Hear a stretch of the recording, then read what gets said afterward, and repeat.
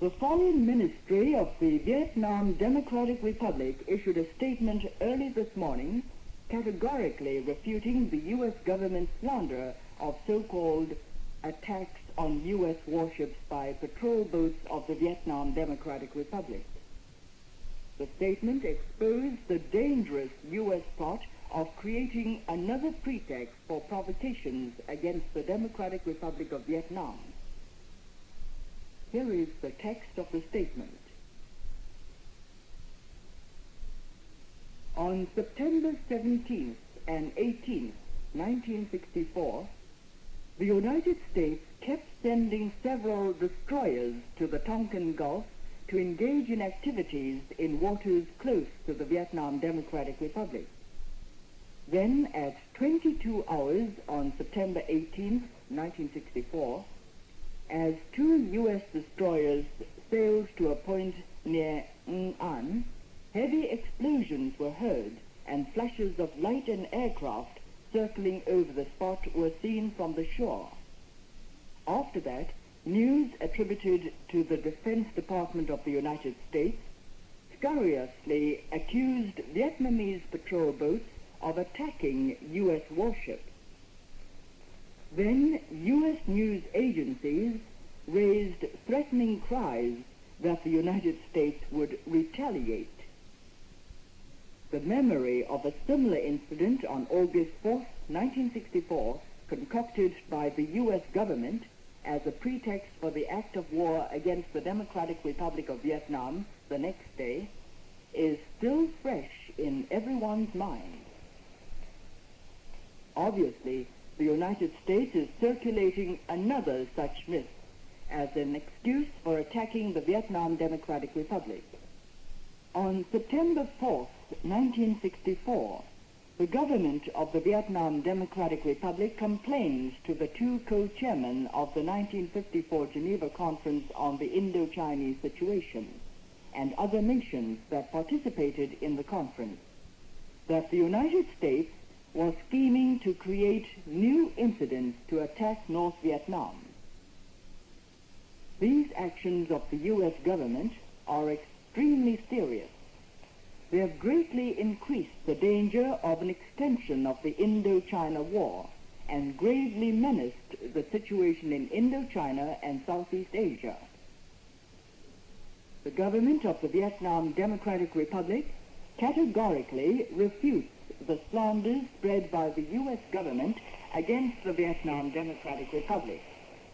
It earnestly appeals to the people of the world and the governments of the peace-loving countries, the other socialist countries, and the countries which participated in the 1954 Geneva Conference to condemn strongly this U.S. plot and firmly to check these dangerous actions of the U.S. government.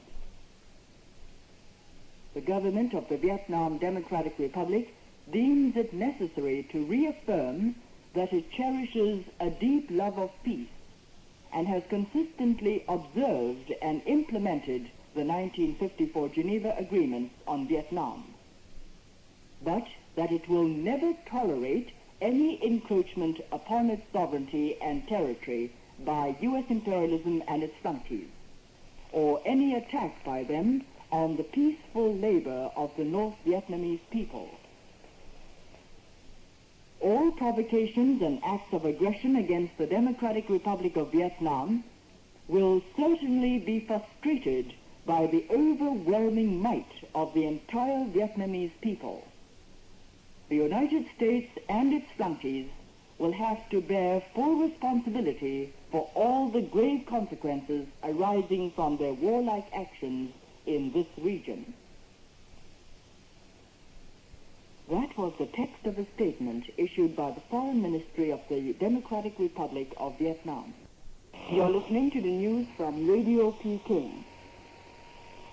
The people of northern Vietnam are greatly enraged by U.S. imperialism's fabrication of the so-called new incident in the Gulf of Bac Bo in an attempt to use it as a pretext for launching a fresh military attack on the Vietnam Democratic Republic. In one voice, they condemn U.S. imperialism for its despicable tactics of cease, crime, stop, cease. They are determined to deal at any moment head-on blows at the enemy.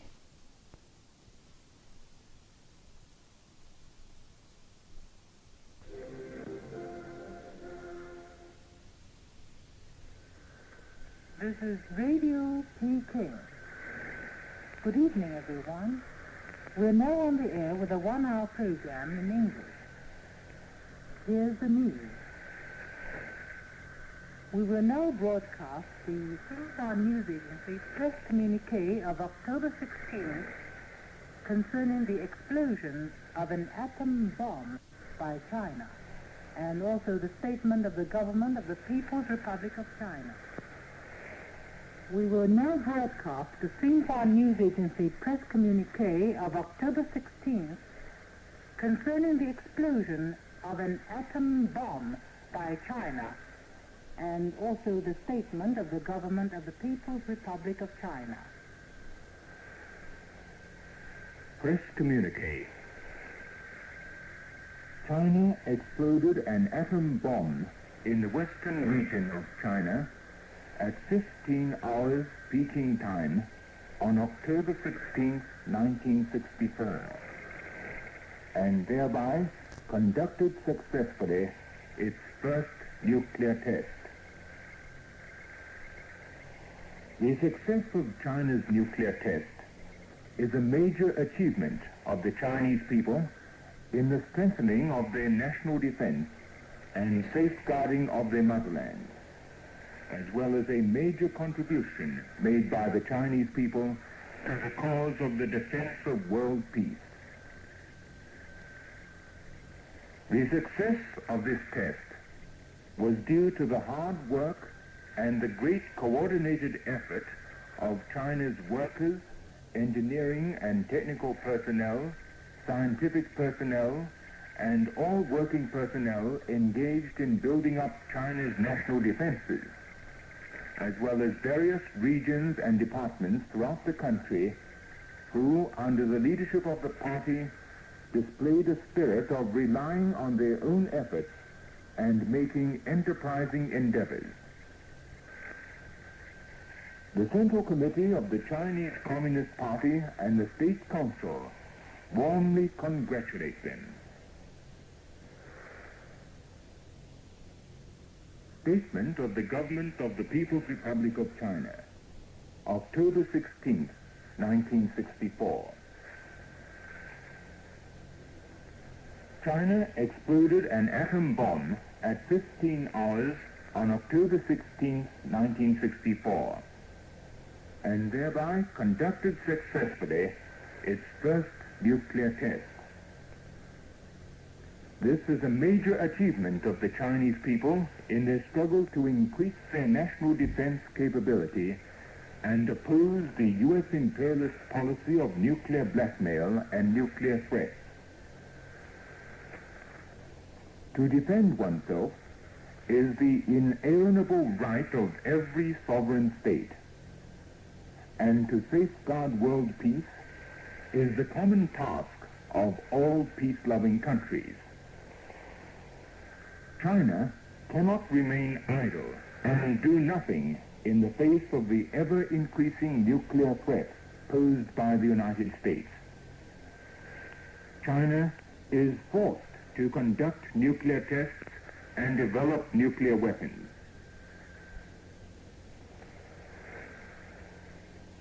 The Chinese government has consistently advocated the complete prohibition and thorough destruction of nuclear weapons. Should this have been realized, China need not develop the nuclear weapon. But this position of ours has met the stubborn resistance of the U.S. imperialists. The Chinese government pointed out long ago that the treaty on the partial halting of nuclear tests signed by the United States, Britain, and the Soviet Union in Moscow in July 1963 was a big fraud to fool the people of the world, that it tried to consolidate the nuclear monopoly held by the three nuclear powers and tie up the hands and feet of all peace-loving countries, and that it not only did not decrease, but had increased the nuclear threat of U.S. imperialism against the people of China and of the whole world.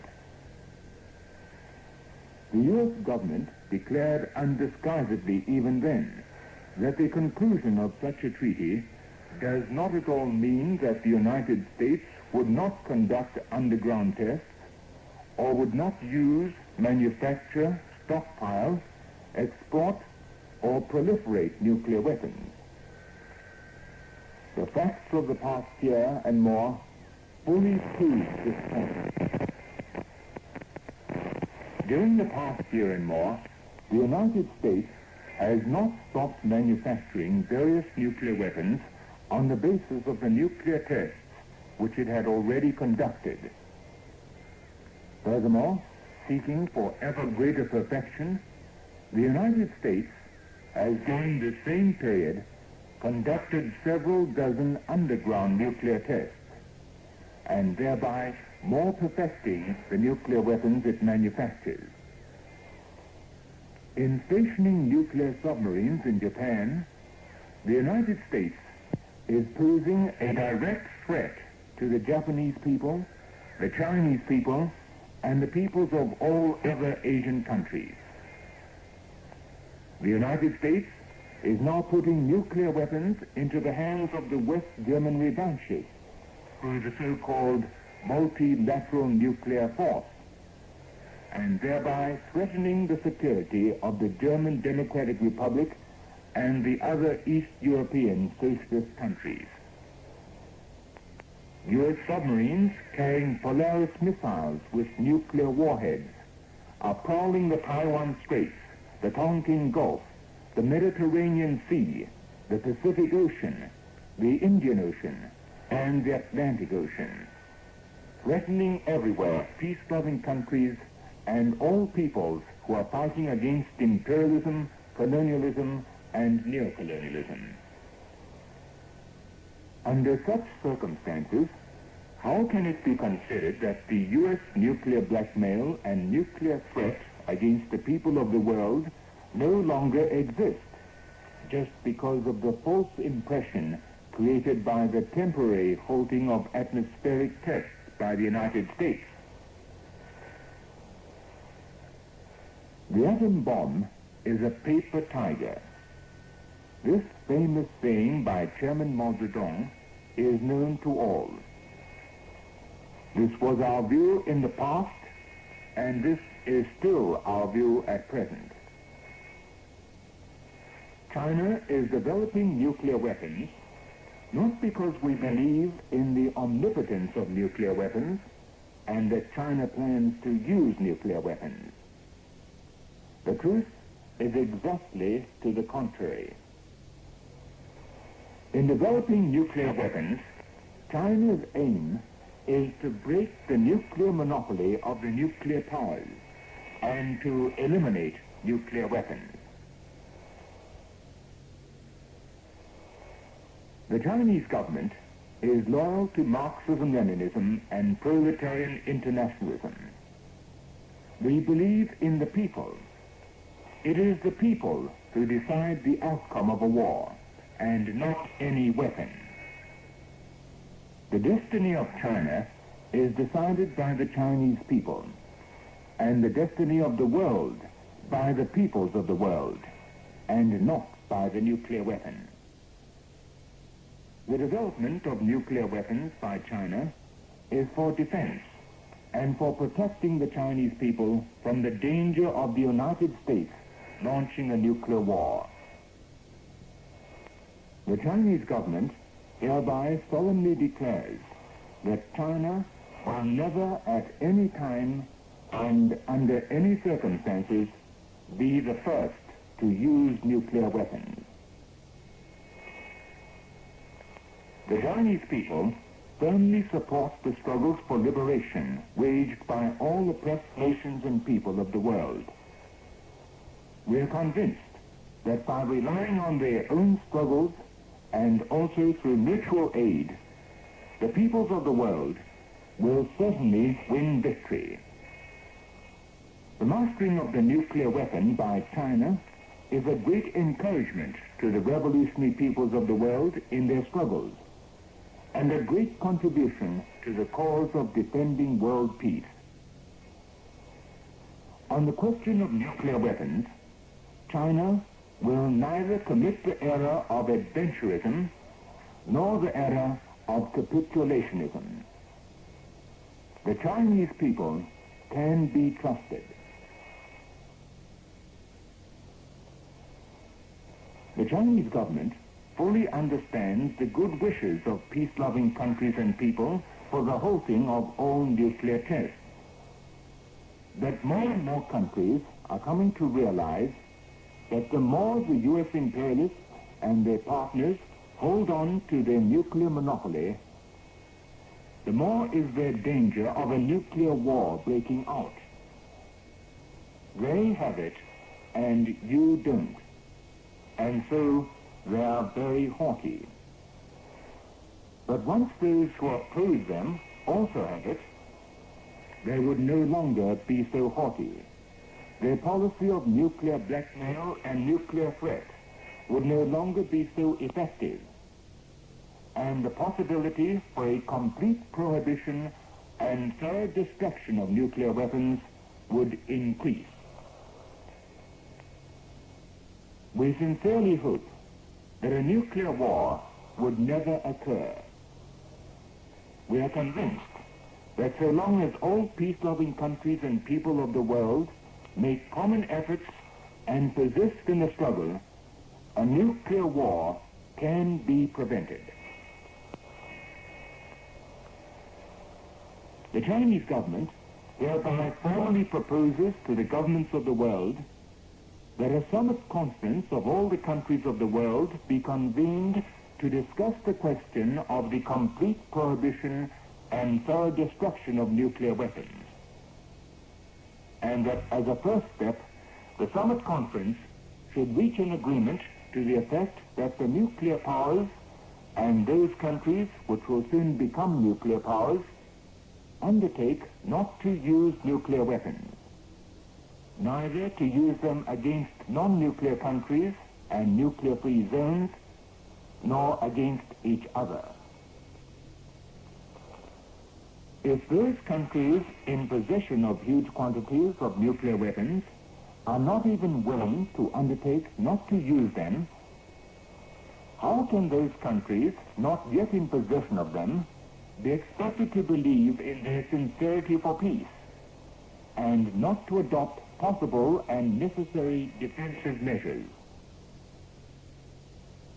The Chinese government will, as always, exert every effort to promote the realization of the noble aim of the complete prohibition and thorough destruction of nuclear weapons through international consultations.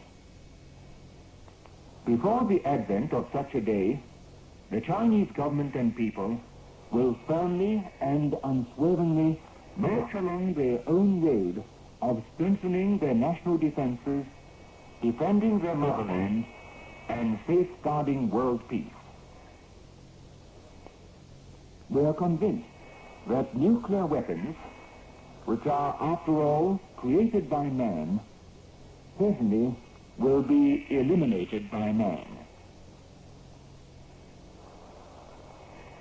That was the Xinhua News Agency press communique of October 16th concerning the explosion of an atom bomb by China, and also the statement of the government of the People's Republic of China.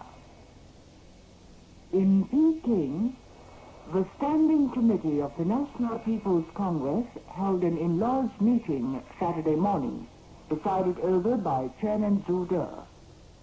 With great excitement, the participants heard reports on the successful explosion of China's first atom bomb, made by responsible personnel of the Ministries of National Defense and Foreign Affairs. Discussing the report, the Standing Committee members stressed that this was a victory for the Chinese Communist Party's general line of going all out, aiming high and achieving more, faster, better and more economical results in building socialism. It was also a victory of the Chinese people who have carried out the policy of relying on their own strength and working vigorously for the prosperity of the motherland. They stated that this represented a major achievement in the strengthening of China's national defense and also a major contribution to the defense of world peace. Premier Zhou Enlai and Vice Chairman of the National People's Congress Standing Committee, Peng Zhen, also spoke at the meeting amidst thunderous applause. The Standing Committee of the National People's Congress expressed hearty congratulations to the workers, engineering and technical personnel, and scientific workers who are taking part in China's nuclear tests, and all who are engaged in building up China's national defenses.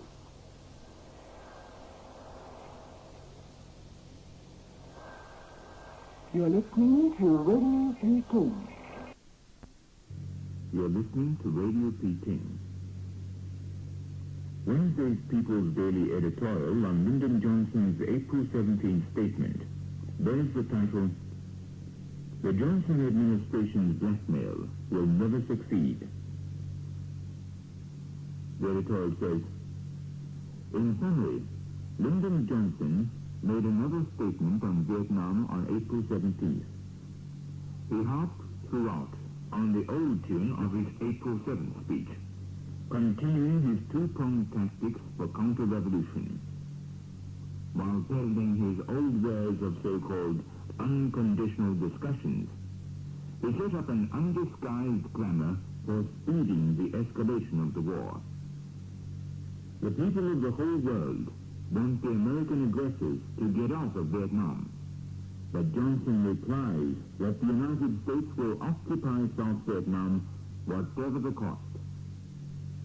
That was the main substance of his April 17 statement. Let everyone everywhere have a look at the shameless tactics of the American aggressors. They are for all the world like a gang of robbers, savage and brutal, holding their loot in one hand and a torch in the other. They threaten, "If you recognize that it's legal for me to rob you, I may not burn your house down. So if you don't want me to commit arson, you must climb obediently through my window to peace and come quietly to the meeting room." Obviously, U.S. imperialism is using these tactics to make the Vietnamese people bow down to armed force, surrender under bombardment, call a halt to their struggles, and abandon in midstream their sacred cause of resisting America and saving the fatherland. Clearly, it is an attempt to make the Vietnamese people accept a so-called peace, which would mean U.S. occupation of South Vietnam and perpetual slavery for the South Vietnamese people. This would be absolutely intolerable for any self-respecting nation, for anyone who treasures national independence and the honor of the country. As we pointed out earlier, whenever the Johnson administration puts up a smokescreen of peace-seeking, it immediately follows up with a further spreading of the flames of war. It is increasingly clear that Johnson speeded U.S. moves to enlarge the war after raising so-called unconditional discussions on April 7th. Especially noteworthy is that after his April 17 statement, an emergency conference of military heads in Honolulu was officially announced, presided over by Secretary of Defense McNamara, to discuss the state of the war and possible escalation plans. Though all Johnson's crocodile tears and his protestations of sadness cannot cover up the gangster features of the U.S. aggressors, the heroic Vietnamese people can neither be deceived nor intimidated. The Johnson administration has never succeeded and will never succeed, either in their peace talk tricks or in their war blackmail. Their step-by-step escalation of the war has met and will continue to meet increasingly heavy blows from the Vietnamese people and increasingly strong opposition from the people of the world, including the American people. And this will go on until the Johnson administration can no longer stay on Vietnamese soil. The United States has been forcing its puppets on the South Vietnamese people for 10 years. They call it 100% independent country. It is in the name of defending this so-called independent country that the United States has turned it step by step into a colony and military base and imposed the most ruthless fascist rules. At present, Johnson is clutching this battered signboard for dear life, claiming that American soldiers hang on in South Vietnam to defend its independence. Actually, his aim is long-term occupation of South Vietnam and a permanent partition of Vietnam to put out the roaring flames of people's struggle which burn higher and higher in South Vietnam. Johnson's statement is tantamount to declaration that the United States will not depart from its aggressive aims in South Vietnam, where it intends to hang on come what may, and that it is bent on prosecuting the war of aggression in Vietnam. The people of Vietnam, Indochina, Asia, and the whole world know that as long as the United States hangs on in South Vietnam and does not end its aggression against Vietnam, the Vietnamese people will not have an independent and unified fatherland. Indochina and Asia will not have tranquility, and world peace will be gravely threatened. The People's Daily editorial said in conclusion, the Vietnamese people made up their minds long ago. They will fight as long as the American aggressors want to fight. The people of China, Asia, and the world will support the fight of the Vietnamese people as long as it lasts. Since the American aggressors will not get out of themselves, let them be driven out. You've just heard an abridged version of Wednesday's People's Daily editorial. The Johnson administration's blackmail will never succeed.